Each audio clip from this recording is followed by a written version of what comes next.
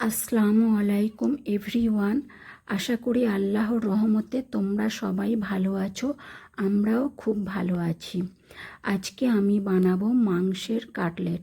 এর জন্য লাগবে ভিজানো ডাল, পেঁয়াজ কুচি, আলু কুচি, লঙ্কা কুচি আর মাংস ছোট ছোট করে টুকরো করা। প্রথমে আমি এগুলোকে পেস্ট করে নেব।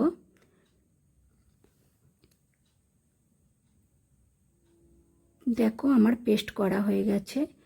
এই মাংসের পেস্টের মধ্যে একে একে হলুদ গুঁড়ো, লঙ্কা গুঁড়ো, জিরে গুঁড়ো,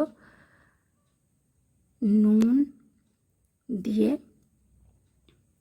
আদা রসুন বাটা আর আমি এখানে ছাতু নিয়েছি, তোমরা চাইলে বেসনও নিতে পারো। আর ওই পেস্টটা দিয়ে ভালো করে আমি হাতের সাহায্যে মাখবো। মাখা হয়ে গেলে আরও একটু তেল দিয়ে মাখবো। মেখে এই রকম ডিমের আকার দিয়ে আমি একটু লম্বা লম্বা করব। এবারে কড়াইতে তেল দিয়ে তেলটা খুব ভালো করে গরম করব। গরম করা হয়ে গেলে মাংসের কাটলেটগুলো আস্তে আস্তে করে তেলের মধ্যে দেব।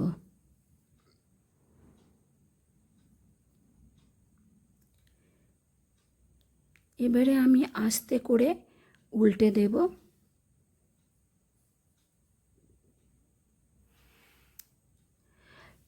উল্টানোর সময় লক্ষ্য রাখবে আস্তে আস্তে করেই উল্টাবে, না হলে ভেঙে যেতে পারে।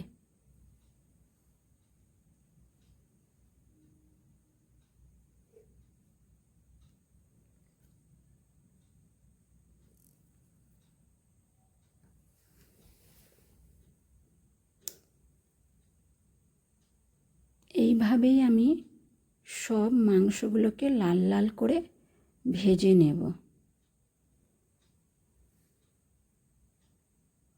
দেখো ঠিক এই রকম হবে। বেশ হয়ে গেল আমার মাংসের কাটলেট। আশা করি তোমাদের ভালো লাগবে। ভালো লাগলে একটা লাইক, কমেন্ট, শেয়ার করবে আর চ্যানেলটা সাবস্ক্রাইব করে রাখবে, যাতে ভিডিও ছাড়তেই তোমাদের কাছে চলে যায়। আল্লাহ হাফেজ।